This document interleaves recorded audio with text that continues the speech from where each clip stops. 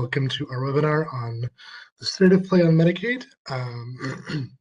We look forward to talking you guys through all of what's going on in DC around Medicaid this evening. So before we dive into all the usual housekeeping, I want to do a quick introduction of our speakers. So with us tonight is Jennifer Lav, a senior attorney of the National Health Law Program. And of course, at this moment, my laptop decides to, there we go. Jennifer Lav is a senior attorney at the National Health Law Program in their DC office. Her work focuses on issues related to Medicaid, disability, and home and community services, as well as mental health in the federal care system. She also serves as the co-chair of the Consortium for Constituents with Disabilities Long-Term Services and Sports Task Force. Before joining the National Health Law Program, Jennifer was a staff attorney and then a managing attorney at Disability Rights DC University for Legal Services, the protection and advocacy firm for the DC area. We also have with us Joan Alker, who is the executive director of the Center for Children and Families at Georgetown University. We most frequently interact with the folks over at Georgetown as they do a lot of work with us through our membership of the Partnership to Protect Coverage. They do a lot of great work with us there, so we're really happy to have Jim with us tonight in this capacity as well. In addition to her position at the Center for Children and Families, she's also a research professor at George Washington University McCourt School of Public Policy. She's a nationally recognized expert on Medicaid and Children's Health Insurance Program, CHIP, and is the author of CCF's annual report on children's healthcare and coverage trends. Then you also have Shannon Wood, our Director of Disability Policy, who you all know well, and of course myself, Joel Kartner, the Director of Access Policy here at MDA. So, as per usual, we'll get started with some housekeeping, and then Shannon is going to give us an introduction to what's been going on in Medicaid and kind of talk you through where we are right now, as a lot of things have shifted even as recently as last night. Then Joan will cover the Medicaid basics, and then Jennifer will cover threats to Medicaid and ramifications for the disability and chronic condition communities, and then Mark will close us out by pointing us to opportunities to advocate, as he so often does, and then of course we'll do Q&A as well. So, for those of you that need closed captioning, it's a little text icon there on the bottom left of your screen. And there's the chat function on the far right. If you have a question, we would prefer it if you could put it in the Q&A section, which is you click on the chat function, and then the three dots there on the side of your screen will pull you to the Q&A. But of course, feel free to use the chat if that's easier for you as well. Alrighty, Shannon, I'll pass it over to you. Thanks, Joel. Hi, everyone. I'm Shannon Wood. I'm Director of Disability Policy here at MDA. As Joel alluded to, we have some great guest speakers joining us tonight with really incredible knowledge to share. So grateful for their time, and I want to reserve as much time as possible for their presentations. But before we turn it over to them, I just wanted to share why we're speaking about this tonight and why you've heard so much from us recently about Medicaid. So right now, Congress is hyper-focused on a tool that's called reconciliation. And reconciliation is a process that allows Congress, more specifically the Senate, to pass certain legislation with only a 51-vote threshold. So it has special status. It can't be filibustered. We're talking major grease on the wheels here. So reconciliation has a number of different steps to it that you see here on the screen, and we are at the step where both the House and Senate have passed their own budget resolutions.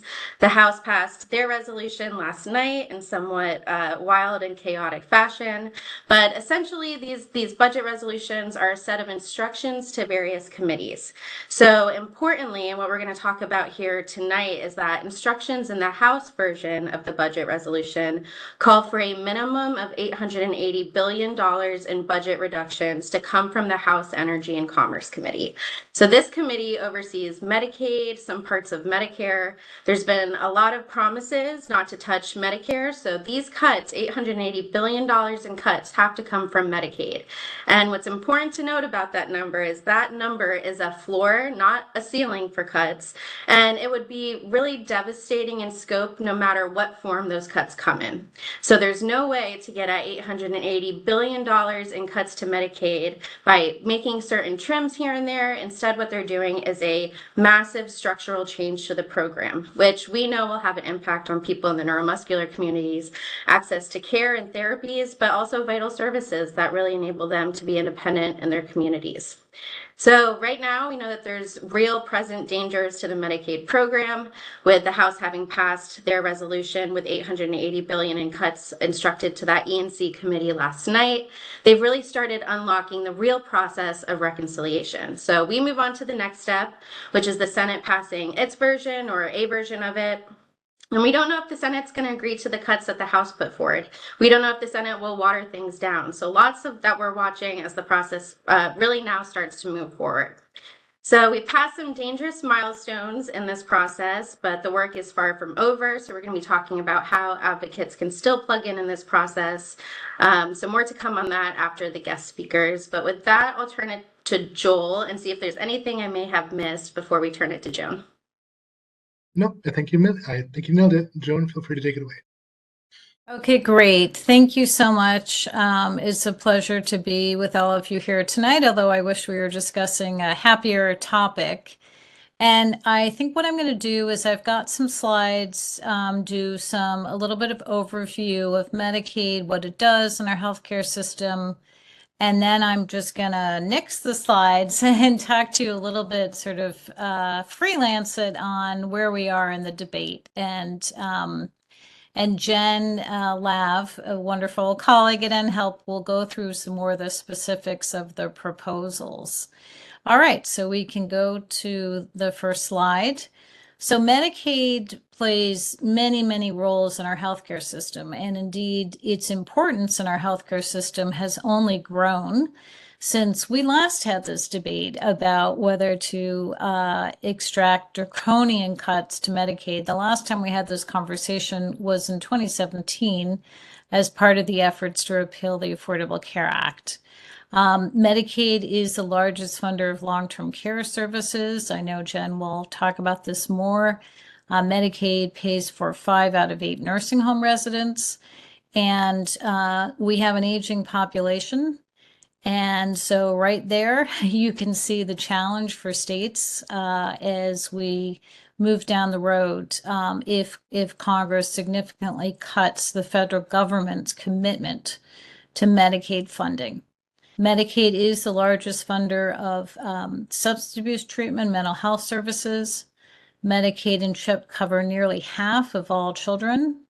Medicaid covers about 41% of births. In some states, it's covering half of births. Medicaid plays a key role, I like to say, as a first responder in our healthcare system to many challenges. Pandemics being one of them. Medicaid is the biggest funder in terms of services related to HIV/AIDS. But Medicaid played a key role in the COVID pandemic by allowing people to retain their coverage. And you remember the early days of the pandemic were really in an economic shock. And Medicaid plays that role in times of recession. Enrollment goes up when people lose their jobs, and Medicaid structure allows for the financing to automatically adapt in these situations when we have a crisis, a hurricane for a state, or a pandemic, or a recession.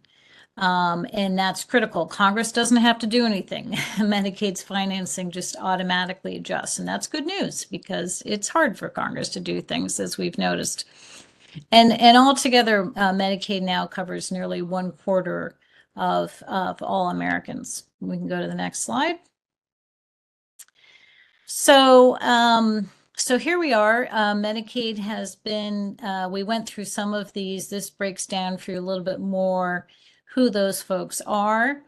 And you can see that in fiscal year 2025, that Medicaid, as you know, is a federal state program. The federal government does provide the majority of the funding. But this year, fiscal year, Medicaid, the feds are estimated to spend about an estimated $600 billion. So that helps the cuts that Shannon talked about, a floor of $880 billion. That is a number over 10 years. But you can see just how big a number that is when you think about the entire spend this year is going to be $600 billion.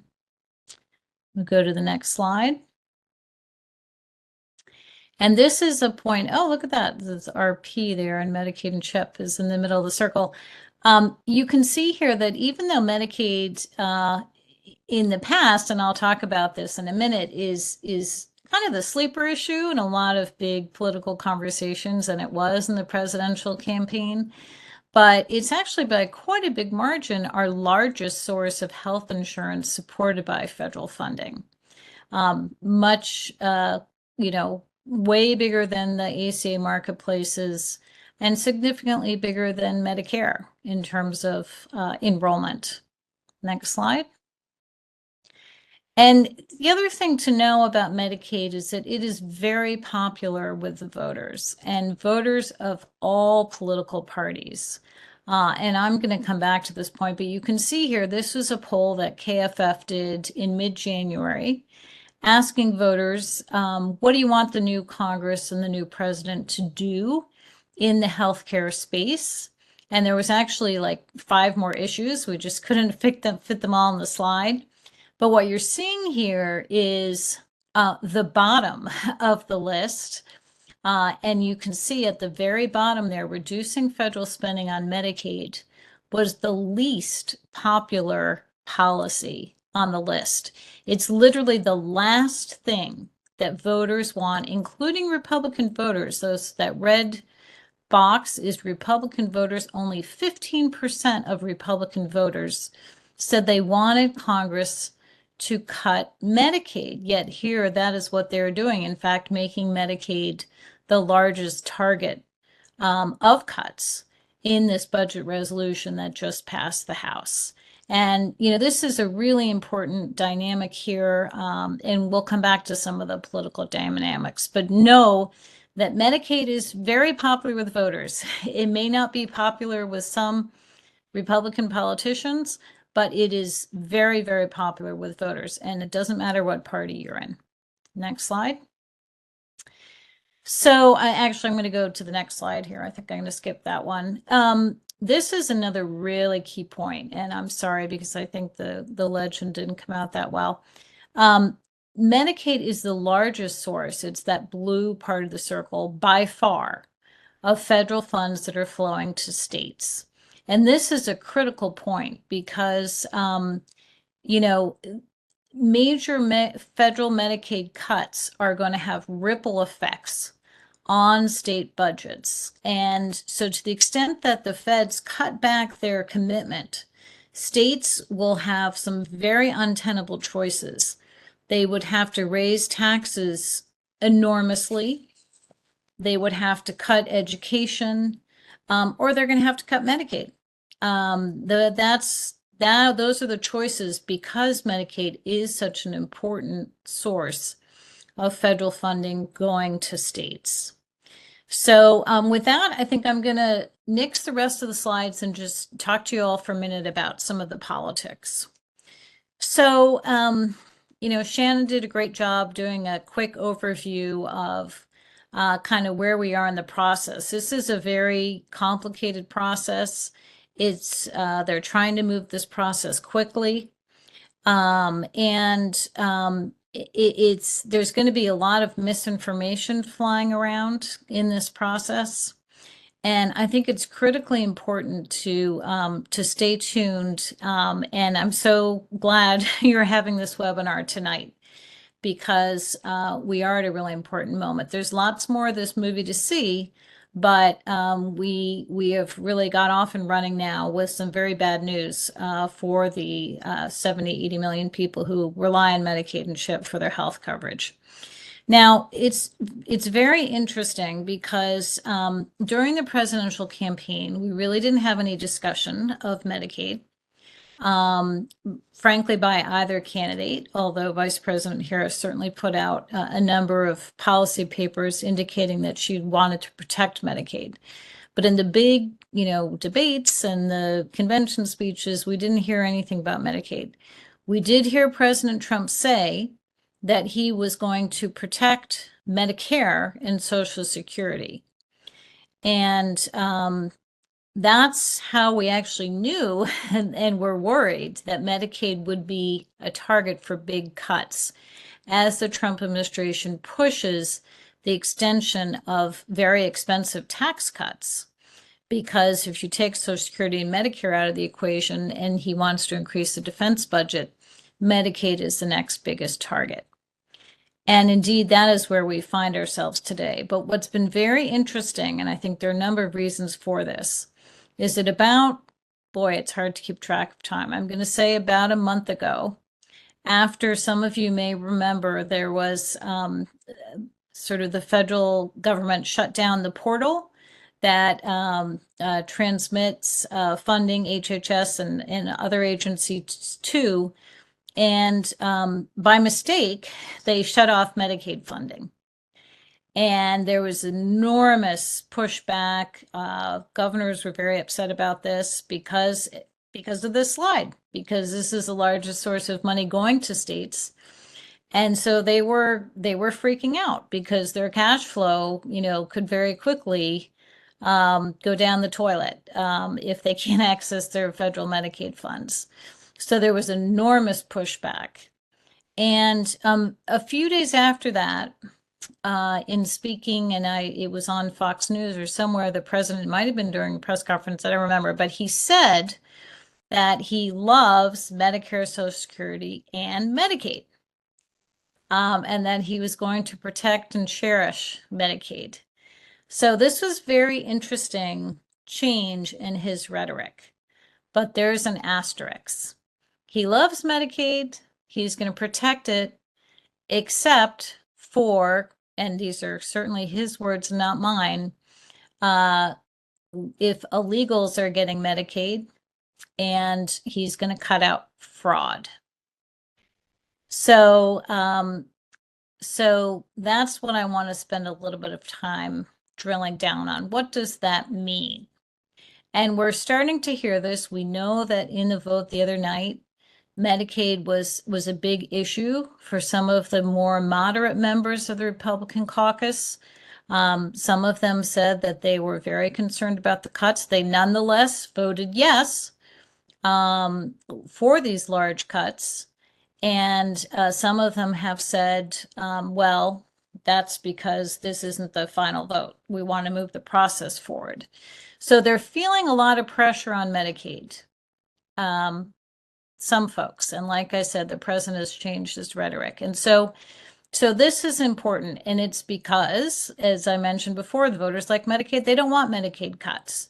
But nonetheless, here we find ourselves with Medicaid, the largest source of cuts that they're looking at, cuts that would have devastating impacts because states just simply can't possibly pick up the slack, especially as you think about the future, aging population, largest and really only federal source of funding for long-term care. That's going to put the squeeze on, no doubt. So what does this mean to say that we're going to cut out the fraud, waste, and abuse and quote illegals? Again, certainly not my words. Well, the reality is that people who are undocumented are not eligible for Medicaid. So the only way in which any federal funding is actually paying for care for people who are undocumented is through a piece of the program called Emergency Medicaid. And that is because hospitals are required, if somebody is, having a medical emergency, giving birth on the sidewalk, has had a heart attack, hospitals have to treat patients having emergencies. And so this is designed to provide some compensation for that care. but it has been scored by the Congressional Budget Office. If you got rid of that entirely, and I wouldn't recommend that, but if Congress did that, that would be $2.75 billion, okay? $2.75 billion. Now remember that Shannon said the cuts are going to be at least $880 billion. So that doesn't get you very far because Medicaid largely doesn't cover people who are undocumented. What about fraud, waste, and abuse? Well, this is where we're going to see a lot of the conversation, and believe me, the misinformation is going to be flying around. So this is a very complicated area. We have a lot of resources on our website if you want to dig deeper on this. But I want to just say this about the question of fraud. Fraud is across our healthcare system. There's fraud in private health insurance, there's fraud in Medicare, there's fraud in Medicaid. And fraud is bad. It is a criminal activity. And people who are enrolled in Medicaid are the victims of fraud. They are not the perpetrators. And that is the most important point for us all to remember here tonight. There will be claims that people are cheating, et cetera, proposals, and Jen will talk about more of them that affect people. And you can go and look last year at the Department of Justice and HHS report on fraud in Medicare and Medicaid. And there's nothing in there about people. That's not who you have to follow the money to find the fraud. The money doesn't go to people. It goes to providers and managed care companies. So the perpetrators of fraud are bad criminal actors who are providers or pretending to be providers. So if you want to cut fraud, you need to advance proposals to hire more prosecutors, to beef up state fraud control units. You should not advance proposals to cut Medicaid. So that's an important distinction. So with that, I'm going to hand it over to Jen. She's going to talk to you more about the proposals, and I am actually going to ring off. It was wonderful to be with all of you, and we look forward to continue to working with you. And please do check out our website. I'll put the URL in the chat. We have tons here. You see, we have so many things on our website. We have a very active blog. So we keep folks abreast of what's going on in Congress. We have data for every county in the country, congressional districts, Medicaid enrollment. We have lots of resources about the way Medicaid supports other important systems, mental health systems, child welfare systems, schools, et cetera, and a major report on how Medicaid is vitally important to rural areas. So lots of stuff there, and thank you so much for having me, and thank you for your interest and engagement on this issue. Thank you so much, Joan. Really appreciate that. So my name is Jennifer Lav. I'm from the National Health Law Program, sorry. And I'm going to talk in particular about, you said threats, how we're going to see these threats play out. And also about the importance of Medicaid, specifically to people with disabilities and the neuromuscular community. Next slide, please. Just a little bit about us. We're a national nonprofit law firm committed to improving healthcare access, equity, and quality for underserved individuals and families. And we have 3 offices, but one of our strengths is we work with disability rights advocates in all 50 states and DC, and we also have close ties to poverty and legal aid advocates in all 50 states and DC. Next slide, please. And just a little bit about our equity stance that grounds all our work. We believe that health equity is achieved when a person's characteristics and circumstances do not predict their health outcomes. There's a link there for more information about that. Next slide. So I want to go over, first off, just to talk a little bit more. Joan, of course, touched on this, but a little bit more on what Medicaid's role is in providing long-term services and supports to people with disabilities, then talk about these 5 major buckets, major proposals of ways that we can see Medicaid being cut by this Congress. Next slide. So first, it's a little bit more of a deep dive into Medicaid's role in supporting people with disabilities. Next slide, please. I think there's sort of 3 basic things that you need to know. The first is that Medicaid provides affordable coverage to 17 million people with disabilities and older adults. So we are a big group that Medicaid serves. We are an important group. We have a big voice, and we need to make that voice heard. The second is that Medicaid is the primary source of coverage for long-term services and supports, for the supports that help people get through their day-to-day activities if they have a significant disability. And it is the single largest payer of behavioral health services, as Joan said.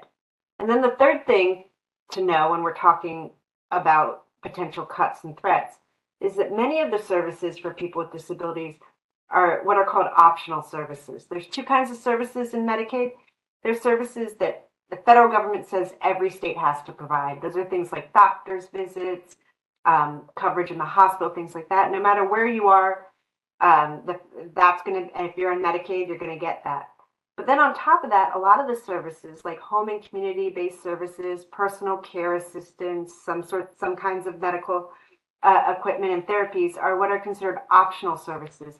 So those are services that a state can decide to cover or not. Mental health services are a big optional service. And so if there's huge draconian cuts at the federal level, those are services that could be first cut and in danger. Next slide, please. Just a little bit, Joan talked about how big Medicaid is and how many people it covers. Other things to remember, so there's different ways in which people become eligible for Medicaid. And about 23% of people become eligible through these pathways that are specifically for people with disabilities or for older adults. But of those 23 people, that makes up about more than half of the expenditures in Medicaid. It plays a major role in covering services for people with disabilities. Next slide. And I know for a lot of people this might be a refresher, but one of the things that Medicaid covers is long-term services and supports, and they do that in every state.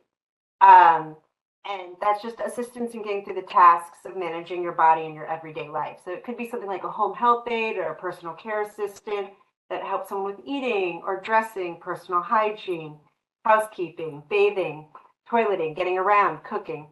And these services can be provided either in your home. When they're in your home, it's called home and community-based services, or in a facility like a nursing home or other kind of long-term care facility. Next slide. Oh, I think we might have skipped one, if you don't mind. Going back. No, okay. I might have, I'm sorry, I think I have an extra one in my deck. One of the things to know is that a lot of times people have misconceptions about who pays for long-term supports and services. Private insurance or employee-sponsored insurance almost never covers long-term supports and services. Medicare, sometimes people think that Medicare is a payer for it, which would make sense because it's a program that is for people with disabilities and older adults. But really, it mostly covers acute care and short-term nursing facility stays and some rehab and other services, but not the kind of long-term supports and services that people need. For private long-term care insurance, only about, I believe it's 2 or 3% of the American population have it. It's very expensive. It's very difficult to buy. So really, what we're left with is Medicaid is the only game in town when it comes to long-term supports and services. It is what I like to call the nation's long-term supports and services safety net. So it funds 61% of all long-term supports and services in the United States, covers 45% of nursing home care costs, and a whopping almost 70% of home and community-based services. And that is why it is so integral to people's ability to access the community and for disability communities. Next slide, please. So now we know how important it is. Let's talk about what some of these proposals are. The first thing is we don't know, right? We haven't seen any statutory language yet. What we've heard is a lot of talk, right? But we do know that they're talking about big numbers, and you just can't get to the level of cuts, 880 billion, by trimming around the edges. There's no way, you know, that you can get to it. There's no fraud doesn't constitute $880 billion. So we're talking about cuts to services, enrollment, or reimbursement rates. We're talking about cuts, big cuts to funding that are going to hurt real people. So we don't know which strategy they're going to use or combination of strategies, but we know they're interested in it. And what we need to do is learn sort of what these proposals are so we can recognize them as cuts and defend against them. Next slide. So here are the top 5 things that Republicans have been talking about that they would like to do, how they would like to cut Medicaid. So it's per capita caps, there's cutting the federal medical assistance percentage or FMAP, there is work requirements, there's repealing rules that protect enrollees, and the last is something called restricting provider taxes. And I'll go through each of these. So next slide, please. So the first threat that you might have heard about is per capita caps. And normally the way that Medicaid works is that the federal government pays for a part of the actual costs of healthcare for individuals. So the way I think about it, like if a state spends $1, depending on which state you're in, the federal government picks up at least 50 cents on every dollar, and usually more. Right, so they're covering the actual cost of care for people. But this, what they're talking about with per capita caps is that Republicans are proposing that states receive a capped allotment per enrollee. So instead of paying for my actual cost of care, they want to pay for $1,000 a year for me or something like that to the state, no matter how much my care costs. So that cap can be increased a little bit each year, but the way they're always been set up in the past when they've been proposed is that increase is not set to keep up with actual costs. And the amount per person doesn't rise, even if cost of care rises or new threats emerge. So that's a really important point, because let's say there's a new medication, a gene therapy, something like that, that costs a lot of money but could have a major impact on people's lives, right? The state is locked in on paying whatever this per person rate is, or the federal government is locked in there, and it doesn't account for the actual cost in rise. If the cost of care rises, states are stuck with that bill. So it could be a real way to put a squeeze on states if the cost of healthcare goes up, or if there's a new pandemic, new threat, something like that. So with per capita caps in these proposals, the cap could be at any size, but the previous proposals we've seen, they've always included massive cuts, which by design get worse over time. Next slide, please. The second threat that we're seeing is this thing called cutting the federal medical assistance percentage, or FMAP. And as I said, so there's a formula, right, that all states get part of their actual costs right now paid for by the federal government. And each state has a different calculation depending on, there's a formula the federal government uses. But all states get at least 90% of the costs of the Medicaid expansion group paid for. So those are, most states have expanded Medicaid to cover newly eligible individuals, adults, after the passage of the Affordable Care Act.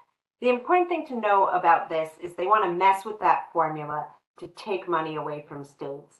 And they're going to talk about it like equalizing the FMAP or blending the FMAP or something like that.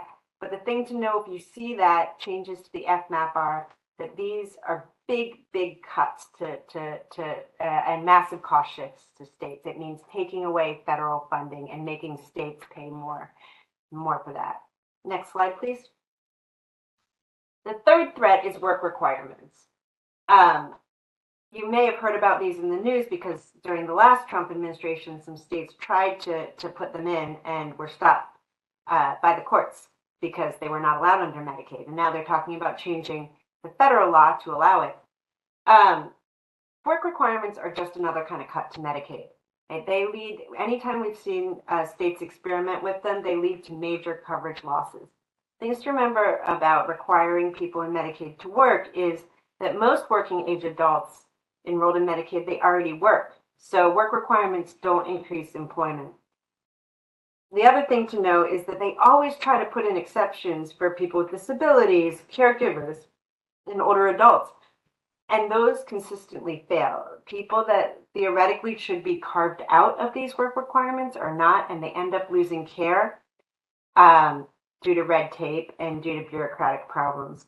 So if I were to leave with one thing on work requirements, I'd want this group to remember that for a number of reasons, it is practically impossible to effectively carve out a group of people, like people with disabilities or caregivers, from work requirements. Instead, they're designed, the reason they save money is they're designed to catch people up in red tape and to cause them to lose Medicaid coverage.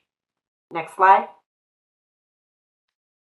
This threat 4 is repealing rules that protect enrollees, and it sounds kind of wonky and boring, but there were a couple, but it will have a real impact on Medicaid enrollees, including people with disabilities. I can say why. There's a couple of rules that the Biden administration put in place that we're supposed to help, like help people become eligible more easily for Medicaid, sort of just to streamline some of these administrative burdens and to make it a little bit easier for people to get home and community-based services. So if they chose to stay in their own home instead of a nursing facility, it would be a little bit easier to qualify. Another one of those rules was what's called the nursing facility minimum staffing rule, which basically said that if you're in a nursing facility, there should be a certain minimum level of staff there, of nursing staff, of medical staff, to improve the quality of care that you get in there.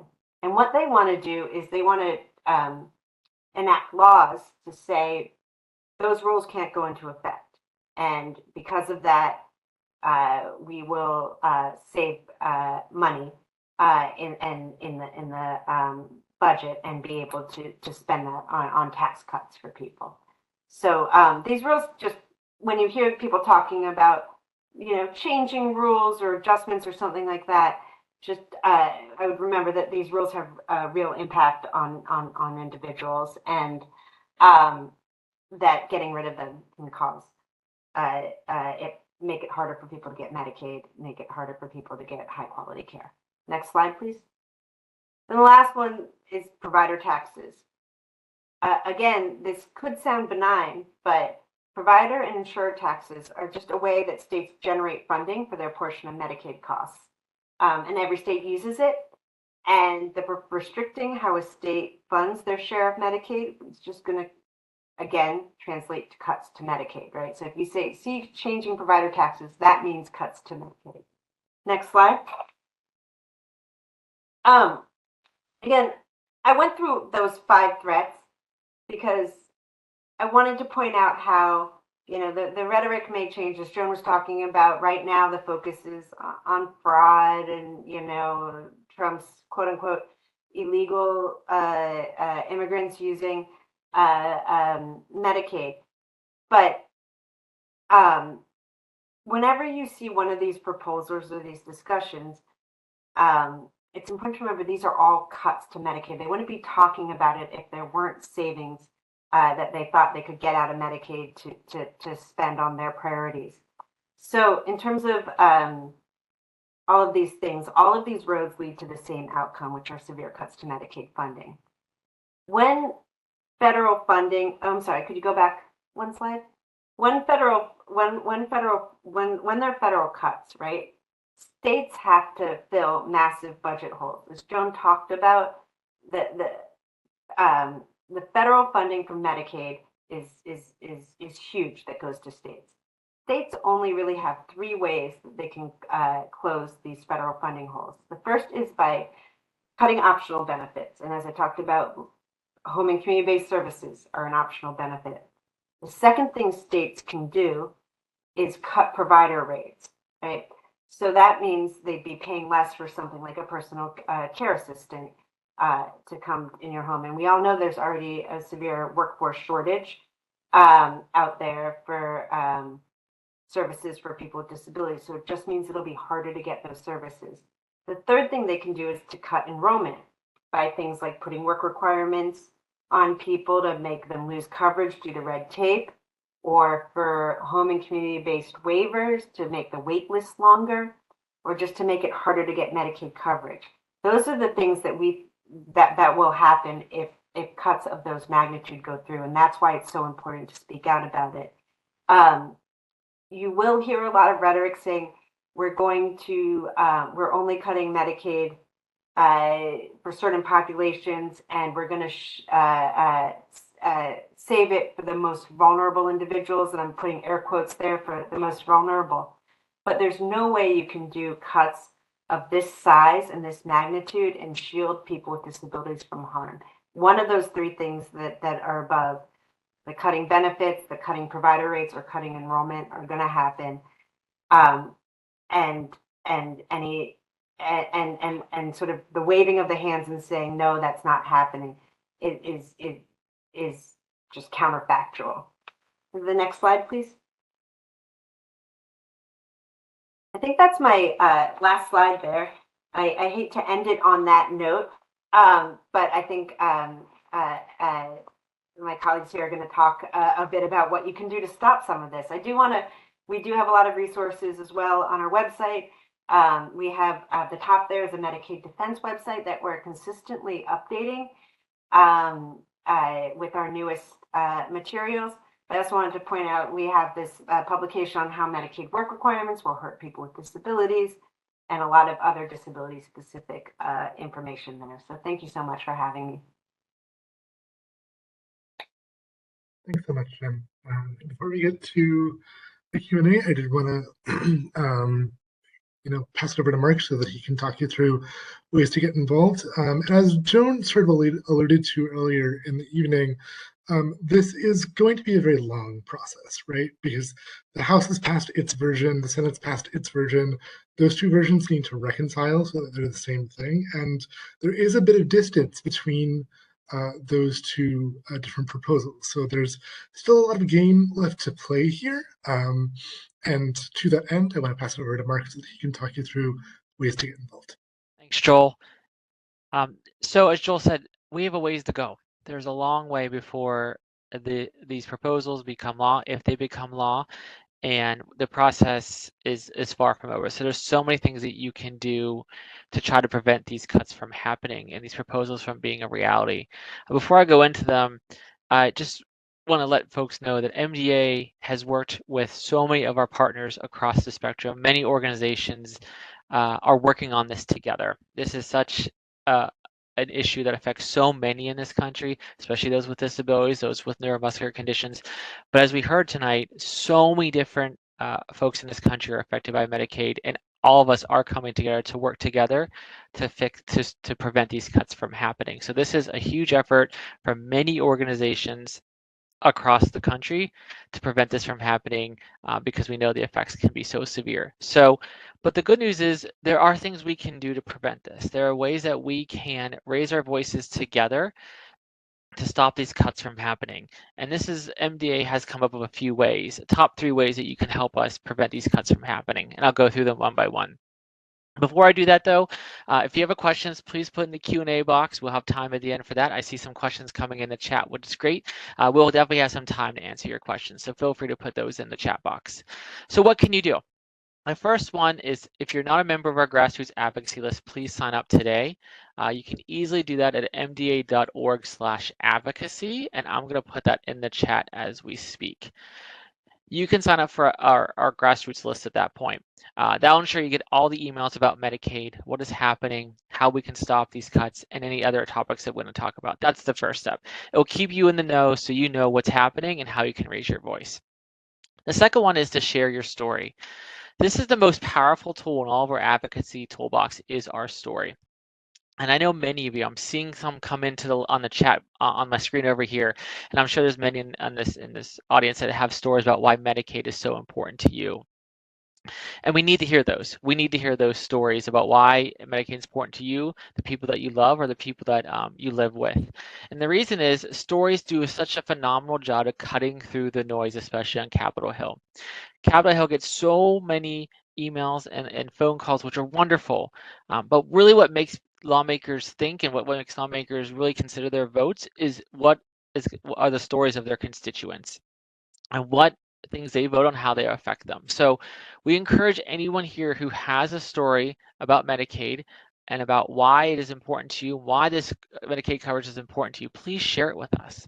And I'm going to put a link in the chat right now on how you can do that. We have set up a survey on our main advocacy website about how you can share your story with us. And what we'll do is we'll read your stories and we will absolutely contact you before we'd ever use them. We want to make sure that we make sure you get your permission, but we will use these stories to convince lawmakers to not cut this program.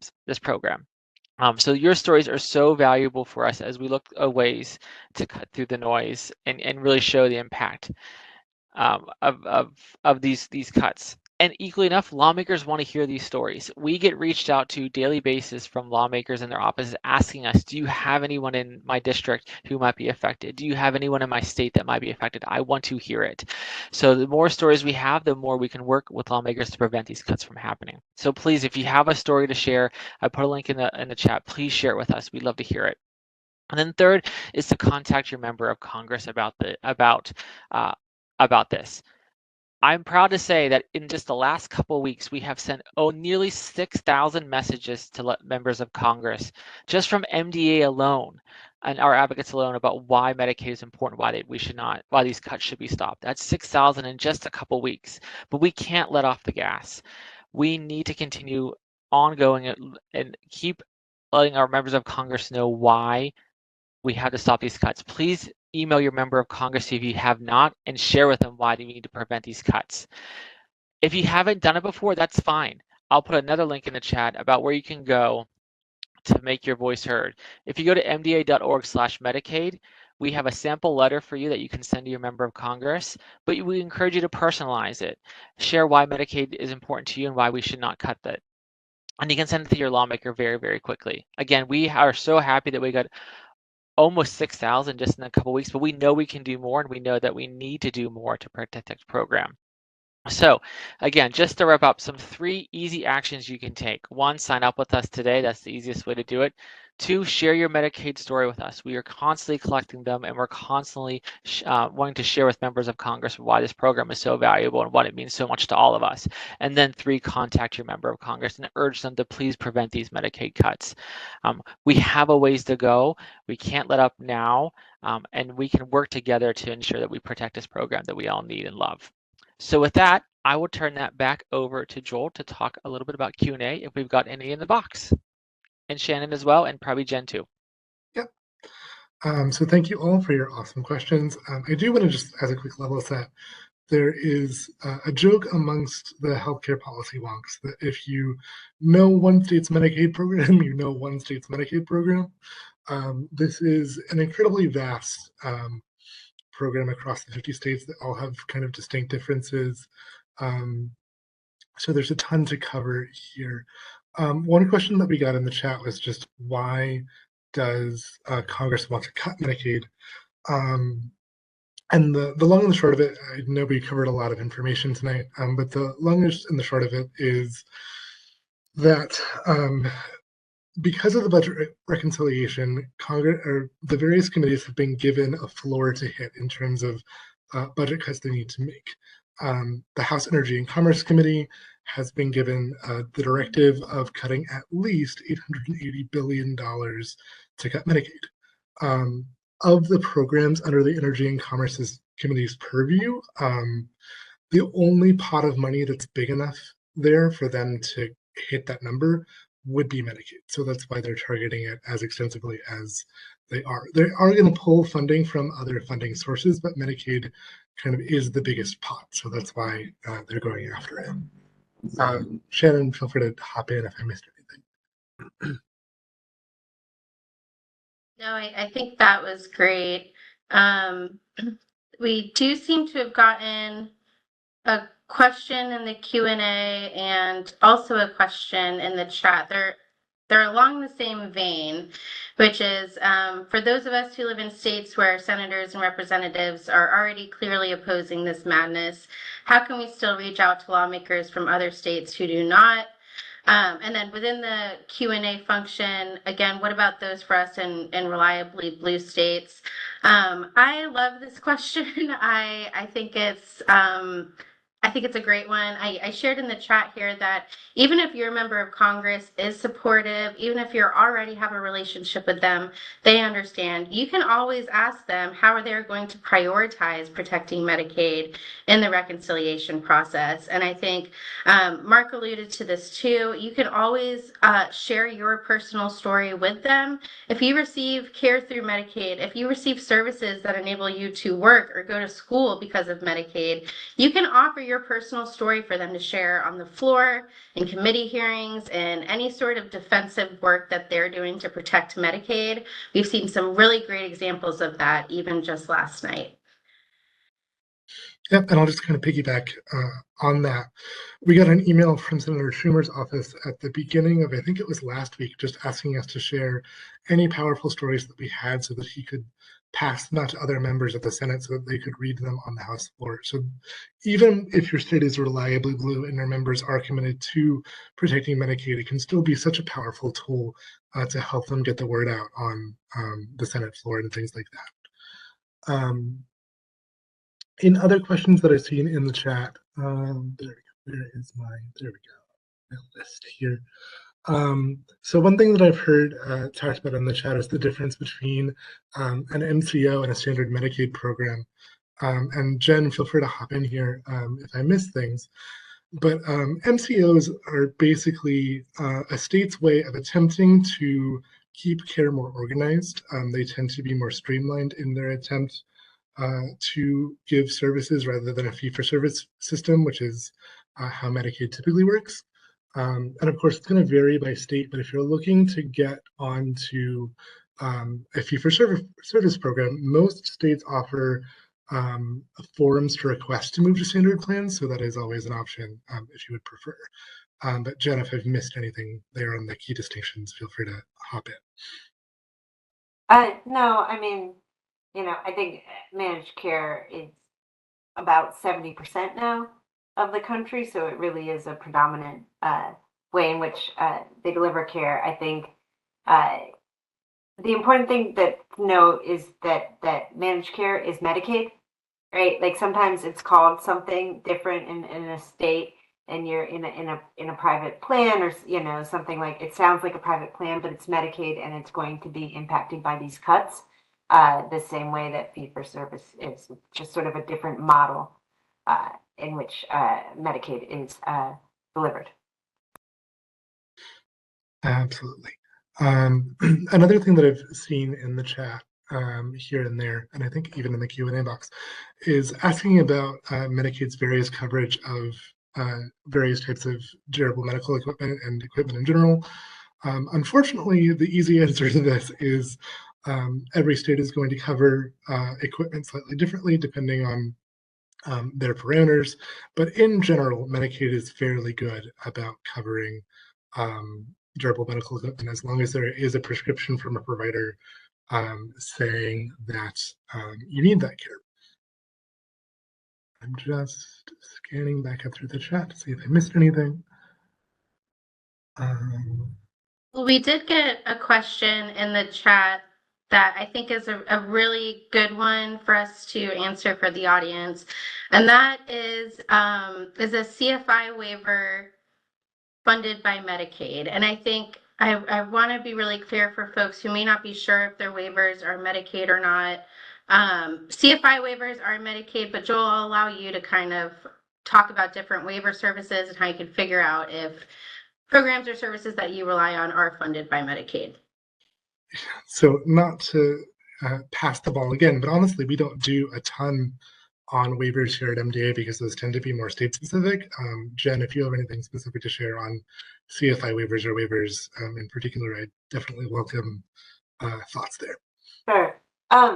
So I don't know what the CFI waiver, that sounds like a state specific name, and that's where it gets confusing. But you should remember all waivers, most all waivers when we're talking about them are Medicaid waivers, right? They could be a home and community based waiver or a another kind of waiver. There's different kinds of waivers, but you usually don't hear that phrase used in healthcare unless it is a Medicaid funded service.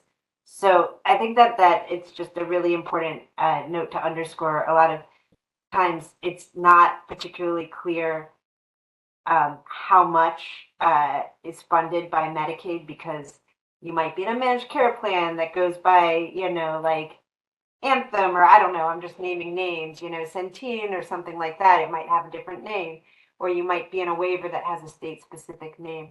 But all of these things are funded by Medicaid, and all of these things are at risk by the proposals that are on the table now. Absolutely. And on a quick Google, CFI is Choices for Independence, which is essentially an HCBS waiver per Google. So again, that's going to be likely housed in your 1115 type of species of waiver there. And I'm just scanning back up through to see if we've gotten anything else. Joel, I do see something in the Q&A box. It's a good question about, once I've already emailed my member of Congress, can I do it again? And the answer is we're in a new realm right now.